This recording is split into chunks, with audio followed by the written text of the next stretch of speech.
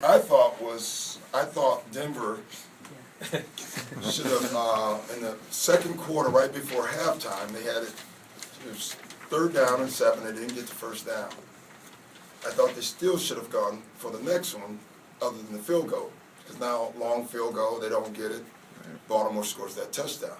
That was a big play. Your radio talk show. Don't you think? Yeah. Thank you.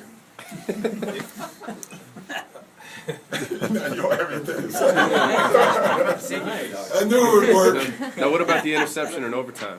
Well, that just happens. You know, that was bad, but Before the game, I asked you about Rondo's double-digit assist streak. I told him what you said. Yeah, well, I actually asked him No, too. I didn't. He seemed to be really motivated early on. Yeah, I just thought our team early on played with great energy and hard, and we got a lot of early stops, and which allows us to get in transition. And when we get in transition, we're going to get assists, and Ronald's going to get a lot, you know, because they're running the floor. So that was good. You know, that's how we want to play. We want to get stops. We want to run. You know, all we talk about is pace, defense and offense, and you know, it makes us really good when we get multiple stops in a row, and we did that a lot in the first half. I thought, actually, after that, towards the last 2 minutes of halftime in the 3rd and 4th quarter, we kind of played in spurts, which is a bad habit to get into, but we'll take the win. Is it kind of natural that against a team like this, that the foot comes off the gas pedal occasionally? Well, I don't know if it is or isn't. I thought we did it at times tonight. You know, one of the things, like, you know, and every coach I talk to about them says the same thing. They just keep playing, and you know, that's hard to do, but it's really nice to see. I mean, those guys. I mean, they start out so well and then went on this struggle, and yet they come out and put the effort out every night. I mean, they're giving you their best. You guys only had 15 turnovers, which is Yeah. right around what you do in a game. But they seemed a little bit different times. It was just kind of the... Yeah, they were bad turnovers, but more importantly, it was just, you know, the fouls early on in the first half. We just gifted a lot of baskets by our fouls and losing guys in transition. And the turnovers were a factor. Is it just a measure of where you guys have come to that you catch yourself in a game like this and still win by 11?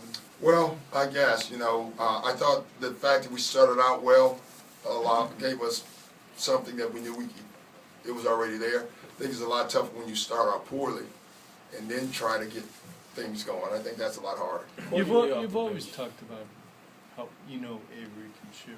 Yeah. Are you starting to see that stroke then? Yeah, I mean, again, he missed a lot of games. And when you miss games, you can play defense when you come back. Everything else is timing, and he's starting to get his timing, and he's getting point-blank looks. You know, they still, in the league, don't think he can shoot because the shots he's getting are unbelievable. I mean, they're wide open, and it's every night. And, you know, we want them to just keep shooting it, and now they're going in. It seems like with not just Avery, but also Courtney, Jeffrey, and that corner three is becoming a weapon where teams have trouble matching up. Yeah, well, it's the last rotation.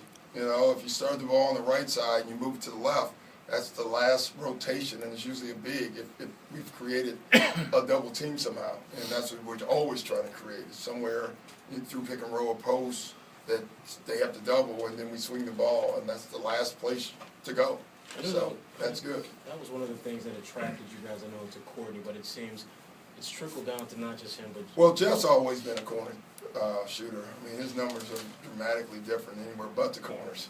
You know, so we try to keep him in the corners at all costs, over all of them. Avery's another corner shooter, and Courtney was last year as well. So we got 3 guys.